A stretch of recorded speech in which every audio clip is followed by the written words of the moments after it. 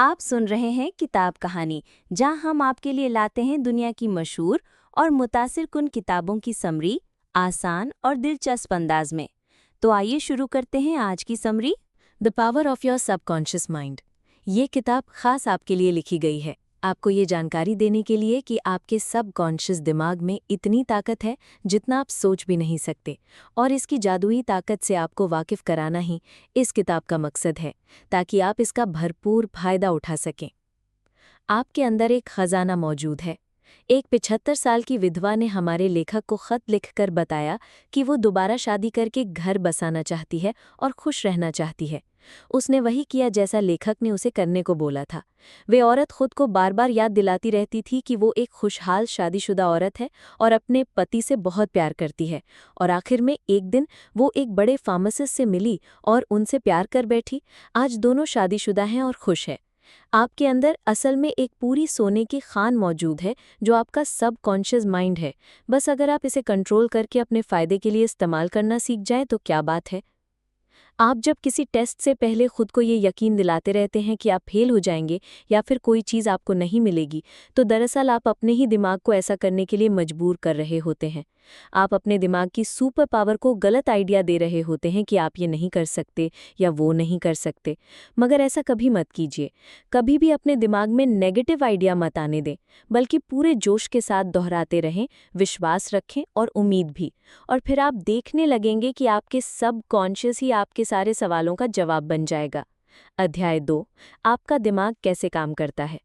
एक बूढ़ी औरत को यकीन हो चला था कि उसकी याददाश्त चली जाएगी, मगर उसने अपने दिमाग को यही यकीन दिलाए रखा कि ऐसा कुछ भी नहीं होगा, बल्कि वे खुद को यकीन दिलाती रही कि उसकी याददाश्त दिन ब दिन बढ़ती जा रही है। अब ये उसका मजबूत विश्वास ही था कि सच में उसके साथ ऐसा ही हुआ। हमारे दिमाग का कॉन्शियस और सबकॉन्शियस हिस्सा एक दूसरे से अलग होने के बावजूद आपस में जुड़े हुए हैं। जो कुछ आप सोचते हैं वे अपने कॉन्शियस माइंड वाले लेवल से सोचते हैं, और जो कुछ भी आप करते हैं, छोटी से छोटी चीज़, वे आपके सबकॉन्शियस लेवल को अफेक्ट करती है। हालांकि ये समझना ज़रूरी है कि सबकॉन्शियस और कॉन्शियस लेवल दोनों अलग अलग नहीं हैं, बल्कि एक ही दिमाग के दो अलग लेवल हैं। कॉन्शियस माइंड वो है जो सोच विचार करता है, और सबकॉन्शियस माइंड आपकी हर सोच पर विश्वास करके उसे अपना लेता है। जो कुछ भी आप सोचते और करते हैं उस पर सबकॉन्शियस माइंड पूरी तरह यकीन करता है। उदाहरण के लिए हिप्नोसिस के पीछे सिर्फ एक वजह यह है कि आपका सबकॉन्शियस माइंड इस पर यकीन करता है, और फिर आपसे जो कहा जाता है उसे आपका कॉन्शियस माइंड बिना किसी जिद के उसे मानने लगता है। फिर चाहे आप सही या गलत जो भी विचार रखते हैं, उसे ये बेहिचक अपनाने लगता है। तो याद रखिए कि आप अपनी कश्ती के खुद ही मालिक हैं। सारा कंट्रोल आपके हाथ में है। तो सोच समझ कर चुने, अच्छा चुने और अपनी खुशियां चुने। अध्याय 3। आपके सबकॉन्शियस दिमाग के काम करने की जादुई ताकत। एक Scotch surgeon doctor James Esdaile ने कुल 400 ऑपरेशन किए। तब तक एनेस्थीसिया की खोज नहीं हुई थी जिससे वो अपने पेशेंट को बेहोश कर सके। तो उन्होंने ये आखिर किया कैसे? अपने मरीजों को मेंटल एनेस्थीसिया देकर।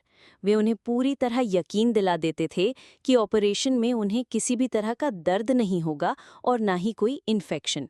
उनके ऑपरेशन सफल हुआ करते थे और उनका मोर्टेलिटी रेट यानी पेशेंट को मारने का रेट भी बहुत कम था, सिर्फ 2 या 3% ही। अपने मरीजों का ऑपरेशन करने से पहले वे उनके सबकॉन्शियस माइंड को हिप्नोटिक करके उनके कानों में बोलते थे, तुम्हें कुछ नहीं होगा, तुम ठीक हो जाओगे, तुम स्वस्थ हो।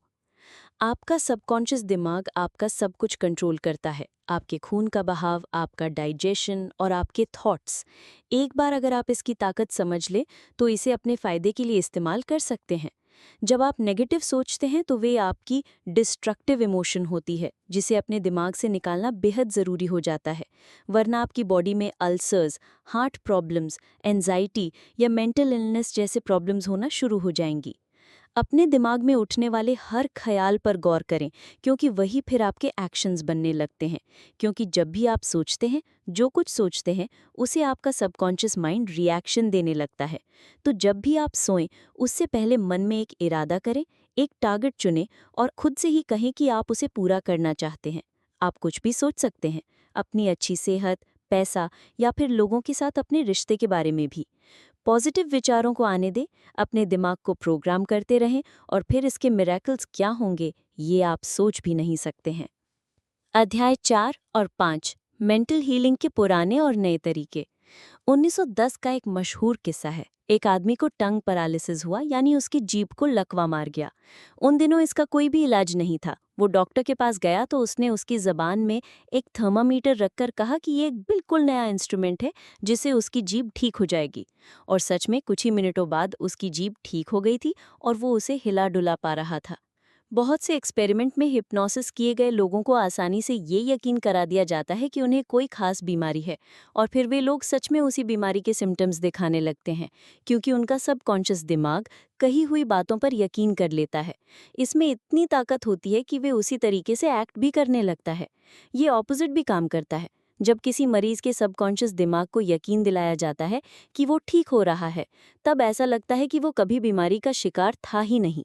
आपके शरीर पर कोई असर तब तक नहीं होगा जब तक आपका सबकॉन्शियस माइंड ऐसा करने को न बोले।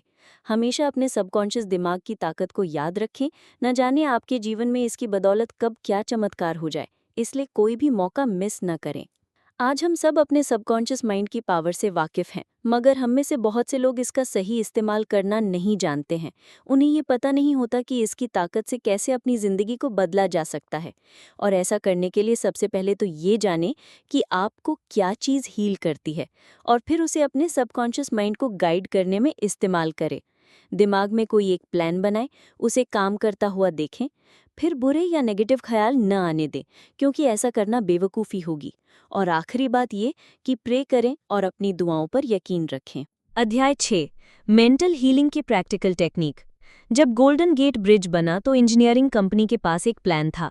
इस प्लान में पहली बार स्ट्रेस और स्ट्रेन्स की बात कही गई थी, जो ब्रिज पर पड़ सकता था।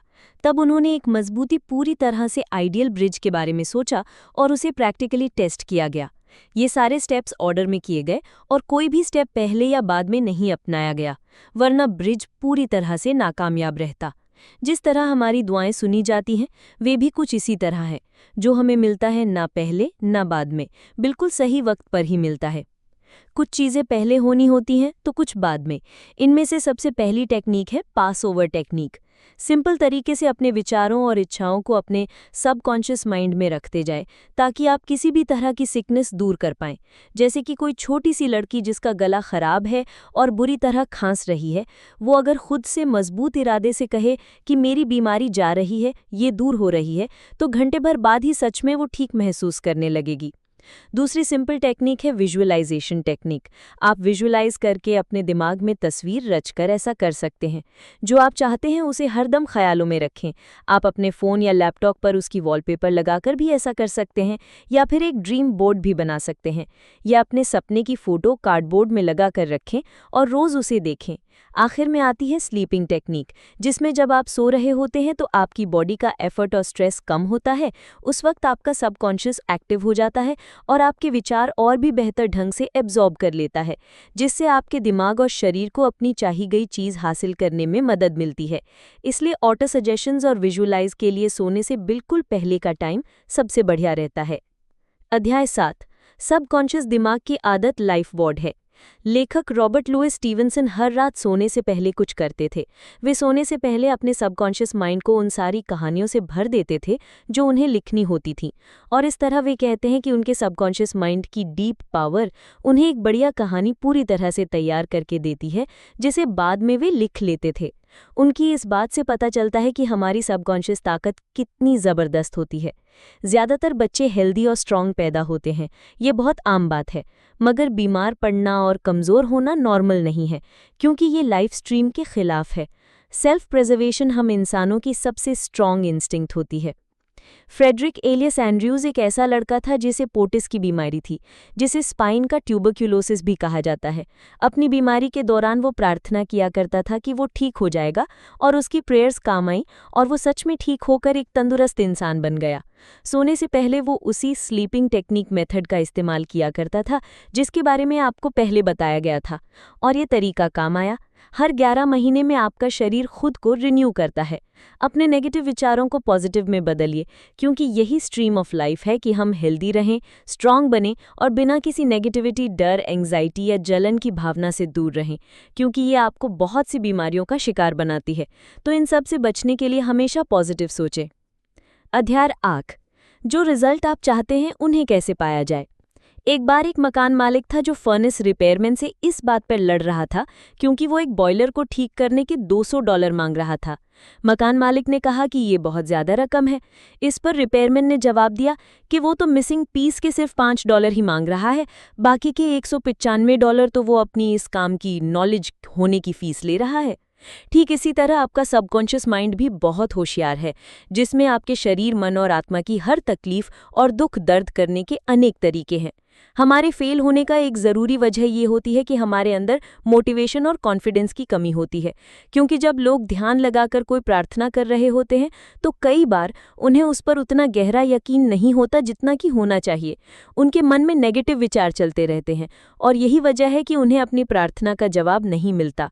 इसलिए अपने कॉन्शियस और सबकॉन्शियस के बीच कॉन्फ्लिक्ट दूर करने के लिए सोने से पहले स्लीपिंग टेक्निक का इस्तेमाल करें। अपने सपनों को पूरा होता हुआ देखें बार बार। अध्याय 9 और 10 अपने सबकॉन्शियस की पावर को पैसे और अपने अमीर होने के लिए कैसे इस्तेमाल करें। लेखक का एक दोस्त सालाना $75,000 कमाता है, यानी लगभग 55 लाख रुपए। वो एक बार दुनिया घूमने के लिए 9 महीने की लंबी छुट्टी लेकर एक क्रूज पर गया। उसने खूब पैसे उड़ाए, मज़े किए, और जब वो वापस काम पर लौटा तो उसने कुछ महसूस किया कि उनके कई साथी जो उनसे बिजनेस के बारे में ज़्यादा जानते थे और इवन बेहतर काम कर सकते थे, लेकिन वो सारे उनसे छोटे पोजीशन में ही रह गए थे और उनसे कम सैलरी लेते थे। ऐसा क्यों था? क्योंकि उन सबको ना तो अपने सबकॉन्शियस की पावर के बारे में ना तो कोई नॉलेज थी और ना ही कोई इंटरेस्ट, और इसलिए उनके कोई बड़े सपने भी नहीं थे। ऐसे लोग एक तरह से क्रिएटिविटी से भी कोसों दूर होते हैं। सच तो ये है कि कोई भी रातों रात अमीर नहीं बनता, सिर्फ सोचने भर से। इसके लिए आपको सबकॉन्शियस माइंड में कुछ नए आइडिया सोचने होंगे, इसे मोटिवेट करना पड़ेगा, तभी तो ये आपको अमीर बनने में मदद कर पाएगा। इसे मोटिवेशन देते रहें कि आप अमीर हैं, आप प्रॉफिट कमा रहे हैं, और आपका सबकॉन्शियस जो नए विचार आपको देगा उन पर काम करना शुरू कर दें। जो आप कहें उस पर पूरी तरह यकीन करें, क्योंकि आपका सबकॉन्शियस तभी उन आइडिया को एक्सेप्ट करेगा जब आप अपने कॉन्शियस माइंड में भी उन्हें एक्सेप्ट करेंगे। अगर आपको ज़्यादा पैसे कमाने की चाहत नहीं है तो फेल होने की राह में ये पहला कदम होगा।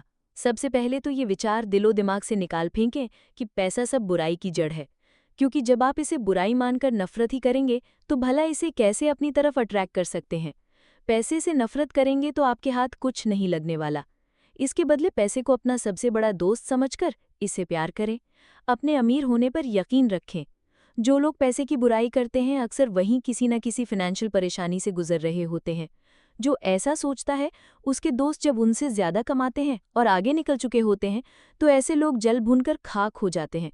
उनका दिमाग नेगेटिव विचारों से भर जाता है। जिस चीज़ के लिए वो प्रे कर रहे होते हैं अब उसी को कोसते रहते हैं। पैसे की ताकत बड़ी है, मगर इसे भगवान न बनाएं। पैसा तो बस सफल होने की एक निशानी है। असली खजाना तो आपके दिमाग में छुपा है, जो आपके विचार हैं। इसलिए पैसे की कभी भी बुराई न करें। अध्याय 11 और 12 आपका सबकॉन्शियस माइंड आपकी सफलता का साथी है, और देखिए किस तरह साइंटिस्ट इसका इस्तेमाल करते हैं। सफल होने के लिए 3 खास स्टेप्स हैं। स्टेप 1, अपने पसंद की चीज़ें करें जिनसे आपको खुशी मिलती हो। अगर आपको पता नहीं है कि वो क्या है तो उसे जानने के लिए पूरे दिल से प्रार्थना करें। स्टेप 2, किसी एक खास चीज़ में महारत हासिल करें। जो आपको पसंद हो उसके बारे में ज़्यादा से ज़्यादा जानकारी रखें। जैसे कि मान लो आपको डेंटिस्ट का काम पसंद है तो इसकी किसी खास ब्रांच में स्पेशलिस्ट बन जाएं, जैसे एंडोडोंटिक्स या ओरल सर्जरी या किसी और चीज़ में। स्टेप 3, जो भी आपको पसंद हो वो सिर्फ आप तक ही सीमित ना रहे। सिर्फ आप ही नहीं बल्कि बाकी लोगों के भी काम आए। अपनी पसंद से दूसरों का भी भला करें तो बेहतर होगा।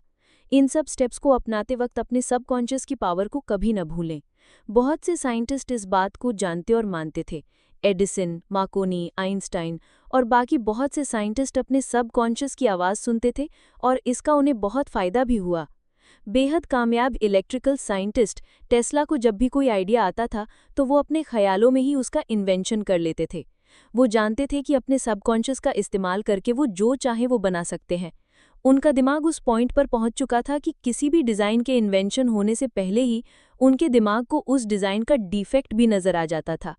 इसलिए इन्वेंट करने से पहले ही वे डिज़ाइन इस तरह बनाते थे जिसमें कोई डिफेक्ट ना रहे, जिससे उनका पैसा और वक्त बर्बाद होने से बच जाता था। अध्याय 13, 14 और 15 आपका सबकॉन्शियस और नींद, मैरिटल प्रॉब्लम्स और खुशियाँ। एक ऐसी टेक्निक है जिसे मैं पर्सनली तब अपनाता हूँ जब अगले दिन मुझे कोई काम होता है और मुझे मन में ये डर रहता है कि मैं टाइम पर उठ नहीं पाऊंगा। तो मैं दिमाग में सोचता रहता हूँ और खुद को यकीन दिलाता हूँ कि सुबह मैं टाइम पर उठ जाऊंगा। मैं तब तक इस बारे में सोचता रहता हूँ जब तक मेरे सबकॉन्शियस माइंड में ये बात पूरी तरह बैठ नहीं जाती, और फिर दूसरे दिन मैं एकदम टाइम पर ही उठता हूँ। और ये टेक्निक आज तक फेल नहीं हुई, एक बार भी नहीं। ये बहुत सिंपल टेक्निक है, इसमें आपको कोई अलार्म भी नहीं चाहिए।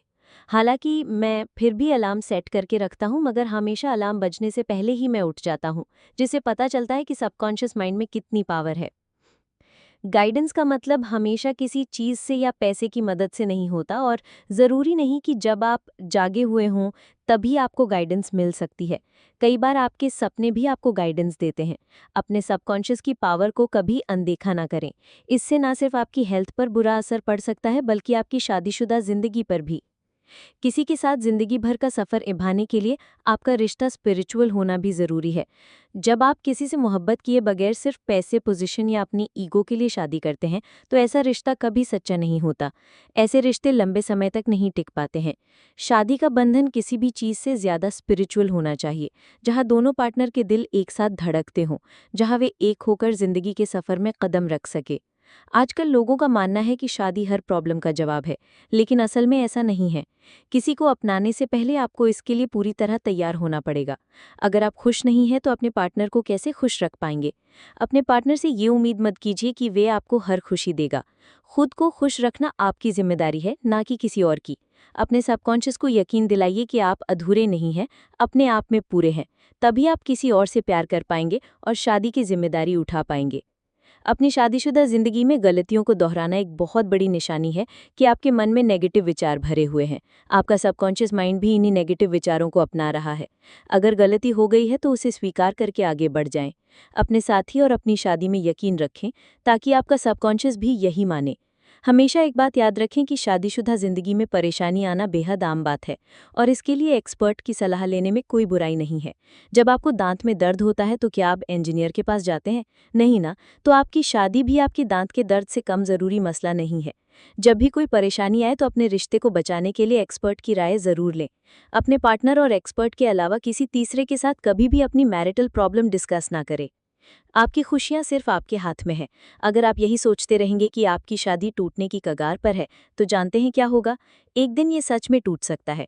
क्योंकि आप ऐसा सोचते हैं तो आपके सबकॉन्शियस को भी यही यकीन होने लगता है। जब आप खुशियों की जगह नेगेटिव सोचेंगे तो खुशियां कहाँ से पाएंगे? अब सवाल है कि खुशियां कैसे चुनी जाए।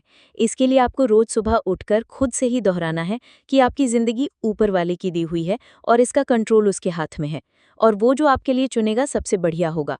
जो कुछ भी होगा एकदम बढ़िया होगा और आप हमेशा खुश रहेंगे। अध्याय 16, 17, 18 और 19 आपका सबकॉन्शियस माइंड और इंसानी रिश्ते, माफ करना, मेंटल ब्लॉक्स और डर। सिगमंड फ्रायड यानी कि साइको एनालिसिस के ऑस्ट्रियन फाउंडर कहते हैं कि जब किसी के अंदर प्यार नहीं होता है तो उसकी आत्मा धीरे धीरे मर जाती है।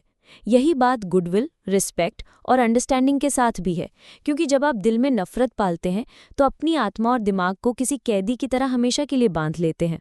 जितना हो सके सबका भला सोचिए और कोशिश करें कि किसी को नुकसान न पहुंचे।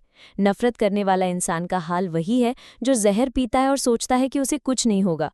ये पागलपन है, क्यों, है ना? तो आप क्यों दूसरों को धोखा देते हो, हर्ट करते हो, उन्हें दुख देते हो, जब आपको पता है कि ऐसा करने से आपके दिमाग में भी जहर भर जाएगा, आपका खुद का नुकसान होगा। लोगों को रिस्पेक्ट दो और उनसे हमेशा अच्छे से पेश आओ। जैसा आप खुद के लिए चाहते हो वैसा व्यवहार दूसरों से करो। आप दूसरों के बारे में क्या सोचते हैं ये सिर्फ आपके हाथ में है, औरों के नहीं। जब आपको कोई तंग करने की कोशिश करता है तो ये आपके हाथ में है कि आप क्या रिएक्शन देंगे। दूसरों की हरकतों से आप क्या महसूस करते हैं ये भी सिर्फ आपके हाथ में है। अब चाहे आप उस बात से चिढ़कर पूरा दिन खराब कर लें या फिर उनकी बातों को इग्नोर करना सीख जाएं, उन्हें माफ करना सीख जाएं। लोगों को माफ करना दरअसल दिमाग के लिए नेगेटिव विचारों के खिलाफ एक एंटीडोट की तरह काम करता है। जब आप लोगों को माफ करते हैं तो आपकी आत्मा एक शांति और सुकून से भर जाती है, और एक तरह से लोगों को माफ करके आप लाइफ को पे बैक भी करते हैं, क्योंकि जिंदगी हमेशा आपको मौके देती है। जब कभी गलती से आपकी उंगली कट जाती है या पैर पर चोट लग जाती है तो आपका सबकॉन्शियस भी कुछ इसी तरह आपको माफ करता है, उस चोट को हील करके। एक आदमी था जो दिन रात इतनी मेहनत करता था कि एक दिन उसे हार्ट प्रॉब्लम हो गई। उस आदमी ने कभी मुश्किल से ही अपने बच्चों के साथ वक्त बिताया था। हमारे लेखक ने उससे बात की। उसने उस आदमी को समझाया कि उसके ऐसा करने की वजह यही है कि उसे अपने बच्चों को वक्त ना देने का दुख अंदर ही अंदर खाए जा रहा था, और दिन रात कड़ी मेहनत करके वो एक तरह से खुद को सजा दे रहा था। उसे खुद को माफ करना सीखना होगा, तभी वो खुश रह पाएगा। हम इंसान आदत से लाचार होते हैं। बुरी आदत और अच्छों आदत के बीच सिर्फ एक चुनाव का फर्क होता है। आप क्या चुनते हैं यह आपकी मर्जी है। चाहे तो आप बुरी आदत अपनाएं या अच्छी, सब आपके हाथ में है। बुरी आदत को दूर करने के लिए उसे इग्नोर ना करें। एडमिट करें कि वो आपकी बुरी आदत है और उसे दूर करना है। बहुत से शराबी जिंदगी भर शराब नहीं छोड़ पाते क्योंकि वे मानते ही नहीं कि वो शराबी हैं। उन्हें शर्म आती है ये मानने में, पछतावा होता है और उनके ईगो को ठेस पहुंचती है, और नतीजा ये कि वे कभी भी इससे छुटकारा नहीं पा सकते। कोई भी आदत अपनाने के लिए पहले खुद को तैयार करना होगा। जब आप इस पॉइंट पर आ जाएं कि आपको अपनी कोई बुरी आदत छोड़नी ही छोड़नी है, तो खुद की पीठ थपथपाएं, क्योंकि आपने आधा किला फतेह कर लिया है। अपने सबकॉन्शियस को कंट्रोल करने की राह में पहला रोड़ा है आपका डर। इसे दूर करने के लिए आप वही कीजिए जिसे करने से आपको सबसे ज्यादा डर लगता है। एक बार एक लेडी एक ऑडिशन देने पहुंची। हालांकि अपने स्टेज फोबिया की वजह से वो 3 बार पहले फेल हो चुकी थी। उसकी आवाज़ में जादू था, मगर उसके नेगेटिव ख्याल उसके सबकॉन्शियस पर जमे हुए थे, और इसीलिए हर बार स्टेज पर जाने के ख्याल से ही वो डर जाती थी। उसने इसका जो इलाज निकाला वो बेमिसाल था। वो खुद को दिन में 3 बार कमरे में बंद कर लेती थी। एक चेयर पर बैठकर रिलैक्स होकर वो अपनी आंखें बंद कर लेती थी। फिर वो खुद में दोहराया करती कि उसके पास गजब की आवाज़ है, जिसकी बदौलत वो किसी का भी दिल जीत सकती है। वो खुद से 10-10 बार कहती थी कि उसे स्टेज पर डर लगता है। जिस दिन उसका ऑडिशन था, उसकी एक रात सोने से पहले उसने ये टेक्निक दोहराई, और कमाल की बात है कि ये काम कर गई। वो ऑडिशन देने के लिए स्टेज पर चढ़ी, बहुत ही खूबसूरती से गाया और लोगों पर अपनी आवाज़ का जादू चला दिया। अध्याय 20, जवा दिल कैसे रहें हमेशा। लेखक के एक पड़ोसी को रिटायरमेंट इसलिए लेनी पड़ी क्योंकि वो 65 साल के हो गए थे। उस आदमी ने लेखक को कहा कि उसके लिए रिटायरमेंट किंडरगार्टन से फर्स्ट ग्रेड में जाने जैसा है। उसके लिए ये जिंदगी और विजडम की राह में एक और कदम रखने जैसा है। उसका सोचना कितना सही है। हमें उम्र को इसी तरह लेना चाहिए। उम्र का मतलब सिर्फ सालों का पड़ाव तय करना नहीं है, बल्कि अनुभवों और समझदारी के अलग अलग पड़ावों से गुजरना है, और यही मरते दम तक चलाना है कि हम जिंदगी का भरपूर फायदा उठाते रहें। 65 से 95 साल की उम्र के बहुत से साइंटिस्ट ने यही किया है। उन्होंने जिंदगी को भरपूर जिया, अनुभव लिए और बहुत कुछ सीखा। जिन्हें मरने से, बूढ़ा होने से डर लगता है, उनके अक्सर ऑर्गन फेल हो जाते हैं। वे उम्र के नेचुरल प्रोसेस को समझना नहीं चाहते, इसलिए मरने से डरते हैं। जब डर उन पर हावी हो जाता है तो उनके सबकॉन्शियस में नेगेटिव विचार जमा होने लगते हैं, जो अपने साथ बहुत सी बीमारियां लाते हैं। दोस्तों, ये बुक साई जोसेफ मर्फी ने लिखी है और इसे पब्लिश किया है अमेजिंग रीड्स ने, और इसका सारा क्रेडिट उन्हीं को जाता है। हमारा इस समरी को बनाने का मकसद सिर्फ इतना ही है कि हम लिसनर को मोटिवेट कर सके ये बुक खरीदने के लिए। अगर आपको ये समरी पसंद आई हो तो वीडियो को लाइक करें, शेयर करें और चैनल को सब्सक्राइब करना ना भूलें, ताकि आपको हर नई वीडियो की बरवक्त इत्तला मिलती रहे।